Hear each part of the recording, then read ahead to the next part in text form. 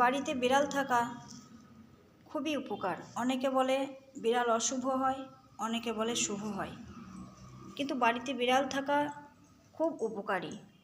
বাড়িতে বিড়াল যদি থাকে তো সেই বাড়ির মানুষদের ডিপ্রেশন কম হয়।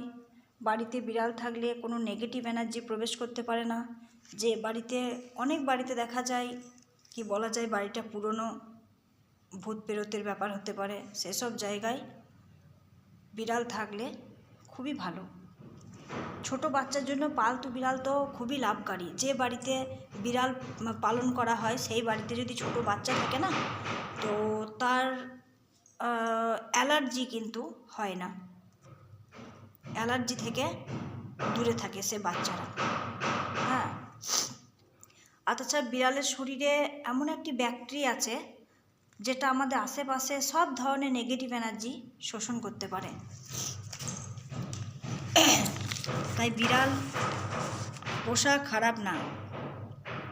আমরা যখন রাতে ঘুমাতে যাই তখন সারা রাত ধরে এই বিড়াল আমাদের শরীরে যে নেগেটিভ এনার্জিগুলো থাকে না, সেগুলো সব শোষণ করে নেয়। বিড়ালের আশেপাশে যদি কোনো হার্টের পেশেন্ট থাকে তো তার পক্ষে খুব লাভদায়ক।